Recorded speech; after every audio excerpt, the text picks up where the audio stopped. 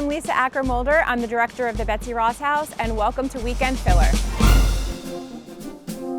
So the Betsy Ross House is pretty unique as far as historic house museums go, because most historic house museums are these large, grand estates, usually in more rural areas, homes to wealthy and powerful men typically. But the Betsy Ross House is really the opposite of that. It's a small 18th century urban row home. It's a small space because this is the home of a typical 18th century person. Why, of course. And when you tour the house, you get to see furnished 18th century rooms. You get to see lots of objects that belong to Betsy Ross. And the highlight of everybody's tour seems to be when you get to meet Betsy Ross working in her upholstery shop. Welcome to my upholstery shop. I am Elizabeth Ross, or Betsy if we are friends. And I do hope we will be friends. So of course, call me Betsy.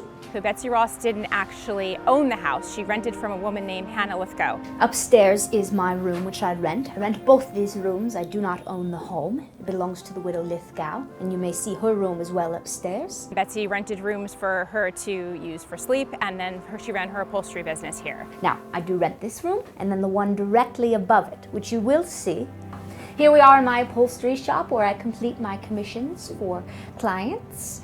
So in the parlor, that's where, as the story goes, Betsy Ross met with the flag committee. George Ross, who was the uncle of my late husband. They were Robert Morris, the wealthiest man in Philadelphia, and George Washington himself. And they presented her with the design of the flag, and then she made a couple of suggestions to change the design, which they did accept. I also recommended the flag be rectangular, and that you organize these stars in some sort of shape, such as a cross or perhaps a circle, and they were partial to the circle. That's where that meeting took place. When you go upstairs, you get to see the bedroom of the woman who owned the house. She was a wealthier woman, so her bed is done with more flourish and nicer fabrics and a fancier design.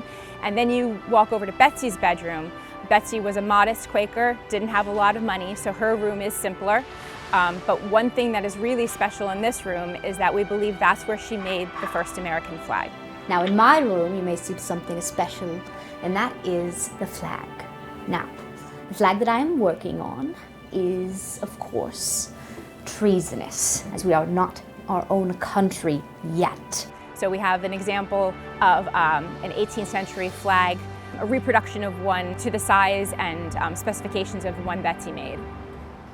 If I worked on the flag here, why, you might see me through the window, or perhaps someone might walk through my door, a British soldier perhaps. So it's quite dangerous. Indeed, I might be charged with treason, which might lead to imprisonment or even death. So clearly she wouldn't be doing that in the public space of her upholstery shop, so she would have done it at night after she was done her public work as an upholsterer from the privacy of her bedchamber. So while I'm faced with these great dangers, I'm quite pleased to make my impact upon the cause, the patriot cause.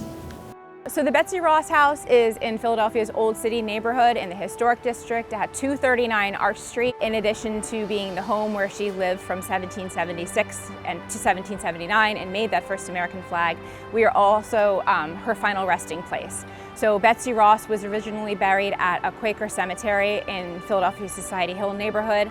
And then some developers purchased that land, and before they put a building on the cemetery, her family had her moved to Mount Moriah Cemetery in southwest Philly.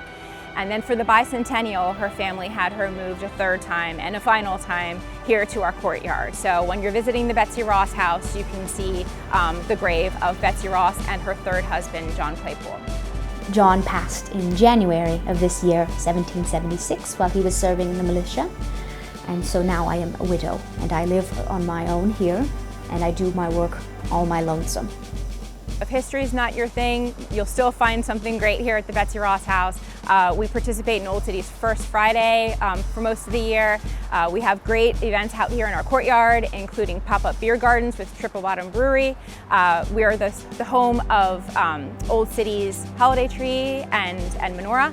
So, you know, beyond the fall and the spooky tours we do this fall, you can come here for the holidays and see our beautifully decorated courtyard.